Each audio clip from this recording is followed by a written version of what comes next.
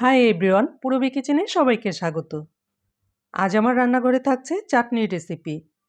বিয়ে বাড়িতে অথবা যে কোনো অনুষ্ঠান বাড়িতে এই ধরনের চাটনি দিয়ে থাকে। এভাবে যদি বাসায় একবার চাটনিটা তৈরি করেন তবে আপনাদের প্রায়ই তৈরি করতে হবে। খেতে যেমন মজার, তৈরি করাটাও অনেক সহজ। রেসিপিটি ভালো লাগলে চ্যানেলটিকে সাবস্ক্রাইব করে লাইক, শেয়ার, কমেন্ট করার অনুরোধ করছি। তাহলে রেসিপিটি শুরু করছি। প্রথমে নিয়েছি টমেটো। এখানে হাফ কেজি টমেটো নিয়েছি। এগুলোকে ভালো করে ধুয়ে এভাবে চিকন চিকন করে কেটে নিয়েছি। আর এই টমেটোগুলো সঙ্গে যে যে উপকরণ লাগছে তা হচ্ছে একটি পেঁয়াজ কুচি, 2টি দেশি রসুনের কুচি, কিছুটা আদা কুচি, আর নিয়েছি 4টি আলু বোখরা, কয়েকটি কিশমিশ, 50 গ্রাম তেঁতুল। আমি তেঁতুলটা বিচি সহ নিয়েছি, আপনারা বিচিটা ছাড়িয়েও নিতে পারেন।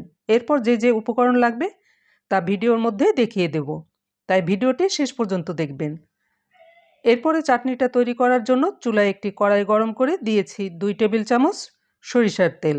এই চাটনিটা সরিষার তেলেই বেশি মজা লাগে, তাই চেষ্টা করবেন সরিষার তেলটা দিয়ে রান্নাটা করতে। তেলটা গরম হলে এর মধ্যে দিয়েছি 1 টেবিল চামচ পাঁচফোড়ন। পাঁচফোড়নটা ফুটে উঠলে খুব সুন্দর একটা মিষ্টি গন্ধ বের হবে। তখন এর মধ্যে দিয়েছি কুচিয়ে রাখা পেঁয়াজ, রসুন, আদা। আর যারা পেঁয়াজ রসুন দিতে চান না, নাও দিতে পারেন, তাহলেও কিন্তু অনেক টেস্ট হবে। মশলাগুলি নরম হওয়া পর্যন্ত ভেজে নেব।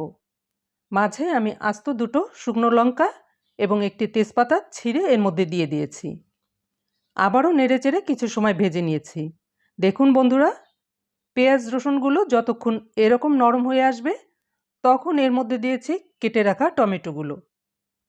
এগুলি দিয়ে নেড়েচেড়ে মিশিয়ে নিয়ে চুলার জালটাকে লো টু মিডিয়ামে রেখে রান্নাটা করে নেব এবং একটি ঢাকনা দিয়ে ঢেকে টমেটোগুলো নরম হওয়া পর্যন্ত অপেক্ষা করব। টমেটোগুলো নরম হয়ে গেছে। এই পর্যায়ে দিয়েছি স্বাদ অনুযায়ী লবণ। আমি হাফ চা চামচের একটু কম দিয়েছি। লবণটা শুরুতেই বেশি দেয়া যাবে না, লাগলে পরে দিতে হবে। এরপর দিয়েছি আধা চা চামচ জিরে গুঁড়ো, সামান্য হলুদের গুঁড়ো, দিয়েছি সামান্য চিলি ফ্লেক্স। চাটনিটা টক ঝাল মিষ্টি হবে, আমি মিষ্টিটা পরে দিব।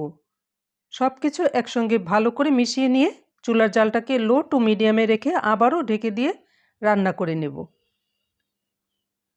প্রায় 2-3 মিনিট পরে ঢাকনাটা তুলে নেড়ে দিয়েছি। টমেটোগুলো দেখুন বন্ধুরা, একদম সিদ্ধ হয়ে গেছে।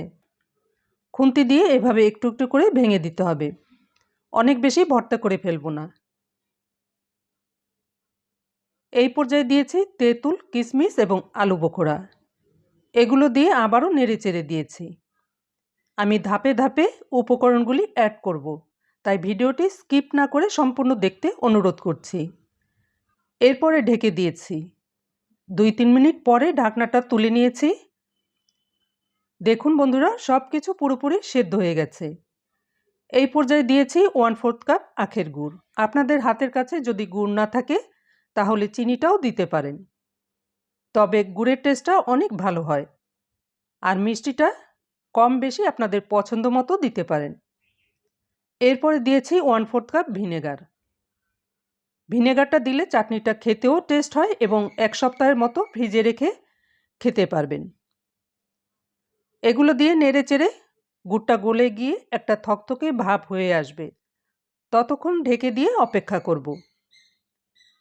2 মিনিট পরে ঢাকনাটা তুলে দেখে নিচ্ছি কেমন হয়েছে। দেখুন চাটনিটা কতটা লোভনীয় হয়েছে, না খেলে বুঝতেই পারবেন না এত মজার, তাই অবশ্যই ট্রাই করবেন। আমাদের মিক্সড টমেটো চাটনি রান্নাটা হয়ে গেছে। এরপর চুলার জালটাকে বন্ধ করে নামিয়ে পরিবেশন করব। এটা গরম ভাত, পোলাও, এমনকি রুটি পরোটার সঙ্গে দারুণ লাগে খেতে। এই লোভনীয় এবং সুস্বাদু রেসিপিটি যে না খাবেন সে কিন্তু অনেক মিস করবেন। রেসিপিটি ভালো লাগলে সবার সঙ্গে বেশি বেশি শেয়ার করবেন। সবাই ভালো থাকবেন, সুস্থ থাকবেন। নতুন রেসিপি দেখার আমন্ত্রণ জানিয়ে এবার রাখছি। Good bye.